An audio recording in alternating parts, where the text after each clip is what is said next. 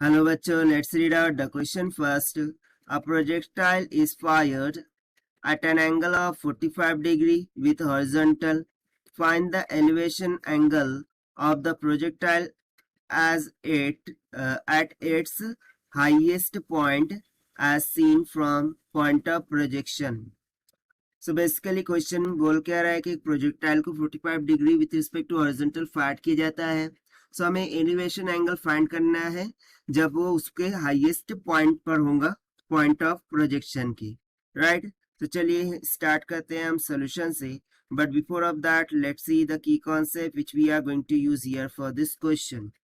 सो हम जानते हैं जो भी मैक्सिमम हाइट प्रोजेक्टाइल मोशन में प्रोजेक्टाइल कवर करता है उसे बोलते हैं एच मैक्स, और इसका फॉर्मूला हो जाता है you square sine square of theta divided by 2g के इक्वल.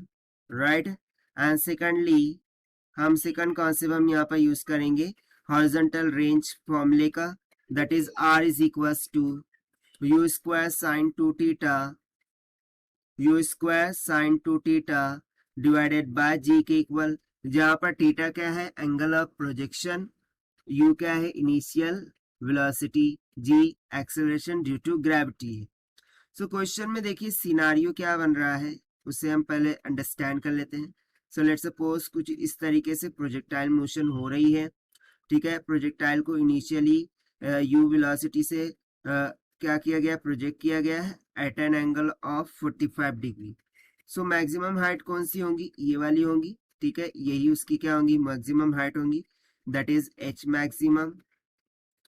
और ये initial point two and point, यानी कि मैं इसको मान लेता हूँ कुछ ओ पॉइंट. ठीक है, इसको हम मान लेते हैं बी, इस पॉइंट को मैं मान लेता हूँ सी, और इस पॉइंट को हम मान लेते हैं ए. सो बेसिकली ये जो ओ सी है ये किसको रिप्रेजेंट करता है, horizontal range of the projectile motion of the particle को. सो ये यदि आर है सो ये ओ भी कितना हो जाएगा r/2, ये भी कितना हो जाएगा r/2. सो यहाँ ओ से तो ए तक की यदि मैं एक लाइन ड्रॉ करूं, so as per the question हमसे पूछ के आ रहा है ये वाला angle, that is angle of elevation, जिसको हमने मान लिया यहाँ पर अल्फा की. तो ये अल्फा बेसिकली हम यहाँ पर फाइंड करना होगा. सो कैसे फाइंड करेंगे, तो सबसे पहले तो मैं एच मैक्स का जो फॉर्मूला यहाँ पर हमने लिखा था की कॉन्सेप्ट में वो लगा दूंगा. So H maximum this will be equals to you square, ठीक है, साइन ऑफ थीटा, थीटा कितना है 45 डिग्री. से यहाँ पर हम डायरेक्टली वैल्यू सब्स्टिट्यूट कर देंगे, से हो जाएगा साइन 45 का whole square divided by 2 into G. So यहाँ से H max will be comes out equals to you square sine 45 कितना होता है 1/√2, और इसका हो जाएगा whole square divided by 2g. So root square cancel, 2 2 ज़ा 4, ये सिंपली आ जाएगा u square divided bye 4g. ठीक है, ये हमें किसकी वैल्यू मिली है, एच मैक्स की. इसको मान लेते हैं इक्वेशन नंबर 1.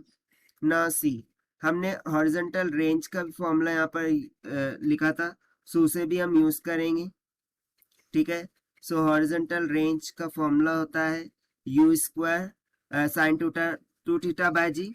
से यहाँ पर हम डायरेक्टली वैल्यू सब्स्टिट्यूट करेंगे, से हो जाएगा u square sine of 2 into 45. Right, ये हो जाएगा 2 into 45 divided by g. So this is equals to you square sine of 90 divided by g. Sine 90 कितना होता है 1, सो ये कितना आ जाएगा यू स्क्वायर डिवाइडेड बाय जी के इक्वल. बट सी हमें अल्फा फाइंड करने के लिए क्या लगने वाला है r/2. सो यहाँ से मैं सिंपली r/2 की वैल्यू फाइंड आउट कर लेता हूँ. So it will be comes out equals to you square divided by 2g. ठीक है, इसको हम मान लेते हैं इक्वेशन नंबर 2. सो हमें फाइंड क्या करना था, अल्फा की वैल्यू. सो यदि मैं इसके लिए tan of alpha trigonometry property का यूज करूँ, सो देखिए ये परपेंडिकुलर दिख रहा है और r/2 क्या दिख रहा है, एडजेसेंट दिख रहा है.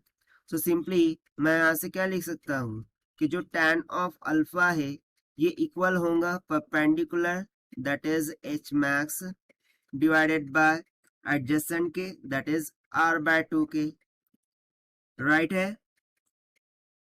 तो सिंपली हमने इक्वेशन 1 में एच मैक्स कैलकुलेट करके रखा है, that is u square by 4g, u square by 4g divided by r/2 की वैल्यू हमने इक्वेशन 2 में फाइंड करके रखी है, u square divided by 2g, so यहाँ से u स्क्वायर कैंसल, g से g कैंसल, 2 2 जा 4, so ये हो जाएगा 1/2, यानी कि tan ऑफ अल्फा की वैल्यू हमें कितनी मिल गई, 1/2 के equal. So from here alpha will be equals to tan inverse of 1/2, ठीक है। अल्फा की वैल्यू किसके इक्वल आ गई, tan इनवर्स ऑफ 1/2 के, और यही हो जाएगा हमारा आंसर फॉर दिस क्वेश्चन जो कि हमसे पूछा गया था। And this we have found by using the conceptual formula of maximum height covered by the particle and horizontal range formula for the particle C. So this is the required solution. I hope you understood well. Best of luck. Thank you.